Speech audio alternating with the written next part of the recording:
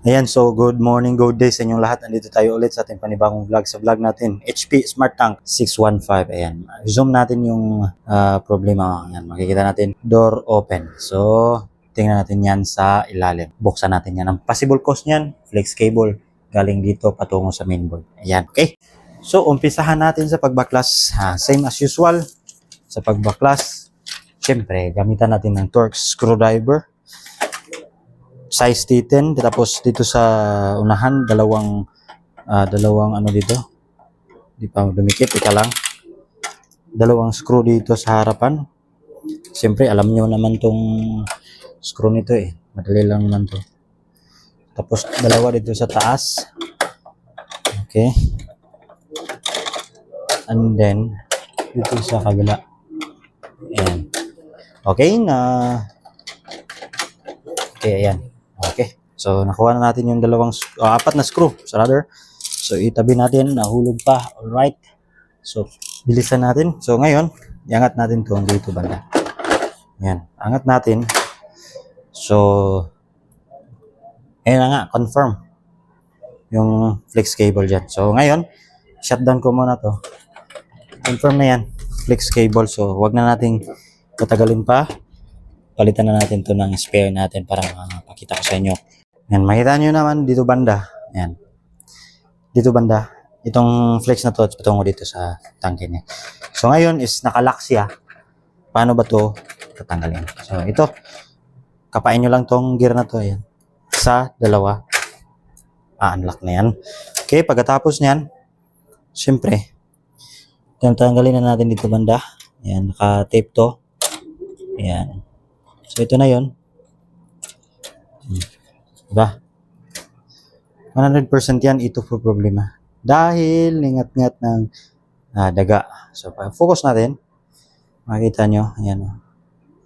Ningat-ngat ng daga. Talagang, ito talagang ningat-ngat nila. So, ayan yun po ang dahilan kung bakit nag-door open ang itong printer na to. So, sa ngayon, hanap muna ako ng flex. Ayan. So, meron akong na-ready dito na ginawa ko. Ito. Ginawa ko na rin to para pang testing. So itong flex na to is naputol din to, katulad niyan. Kinat-ngat ng daga. So siyempre, meron tayong tools. So dinugtungan natin. Okay? So try natin dito banda. So sa kauna-unahang sitwasyon, siya dito ma-testing. Okay? So yan lang. Simple lang, madali lang to. Pag meron kang spare or hindi, wala ka namang spare, pag diagnose madali lang to. Kailangan mo talaga dito malaman, madali lang, 100% mo malalaman na problema niyan is nandito banda. So tika lang, hindi natupi muna natin, idaan natin sa kanyang tamang daanan. Ay, baliktad pagkatupi, baliktad, walang jo. Ganyan dapat. Hindi. Try natin. Sakto nga kanina. Bubo.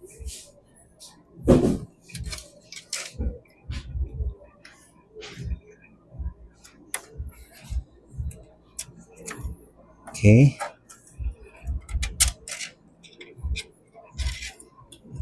Teka lang. Parang na ano tayo dito may bago.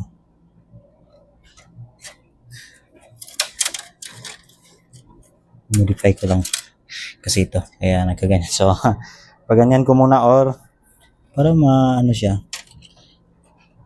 gayahin natin tong original niya. Paano ba itong nila tinupi? Natagalan tayo dito ba teka lang, pag ganun, tapos ano ba ang dapat na gawin baka? Okay. Ito na, nakuha rin natin. Ayan. Nakuha rin natin. Yan. So, nakuha din natin sa figure out natin kung paano. So, ayan, makikita nyo. Diyan na. Okay. So, balikan natin tong top cover. Ganun lang kasimple, basta mayroon kayong parts ang testing. So, i-eliminate natin first yung problema na door open. Simple lang yan. Yan, makikita nyo naman paano ko ginawa. So, madali lang yan. So, ngayon, sarado natin and then testing natin pa power on. Di ba? On na siya. Okay. Tingnan natin kung error pa ba. So, simple. Ito, wala na. Pwede naman to gawan ng paraan pero tamad na ako repair nito. Pwede na to dugtungan pero wala na. Dispose na natin yan. Siyempre, ano naman to warranty. So, papadalhan natin ng panibago to. So, sana mag-work tong work yan talaga. Yan. Wala nang error. So, since wala nang error, schedule off. Nako. May problema yata yung mainboard nito. Pero, sige lang. So, susunod naman ulit to. Siyempre, yung board, yung ano nito, yung printer na to is warranty. Warranty na ito isa. Sana ma-approve to. Okay? So, ito. Solve na natin yung issue niya. Siyempre, huwag natin kalimutan ang mag-print self-test tayo. So, magpapanaroon ako ng papel. Ayan. Saron, Gor? Okay, event nga giapilan? Kuhan ron? Ads? So, ayan. Dito na tayo. So, ayan. Nadetect na. Okay. So, ngayon, wala nangyari, di ba? So, test print muna tayo. 1, 2, 3, 4. 4. Support menu. Tapos, reports menu. And then, print make. And then, number 10 for service page.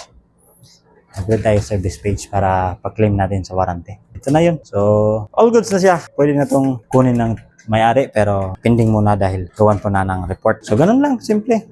Pag mag-door open or basta dito banda tapos ito hindi binuksan tapos nag-door open tapos yung ink, meron ganun. Possibly, ito lang yung problema. Most likely. Okay? Marami na akong mga vlog nito patungkol dito sa fixed cable. Meron din akong vlog dito na paano ko ginawa. So, ayan. Nagpe-print na siya. Makikita niyo naman. So, ibig sabihin, nakuha natin yung error. Na-isolate natin yung problema at ito na yun siya. So, all goods pa naman. So, 1,200 pa ang na-print niya and then wala pa siyang napalitan ng mga inks. So, yan, claim natin sa warranty yan. At dito na magtatapos ang aking vlog. This is Fibertic and Tips. Sana matulungan niyo ako pag-subscribe, support sa akin channel. This is Fibertic and Tips. Magpapaalam na sa inyo. Bye-bye!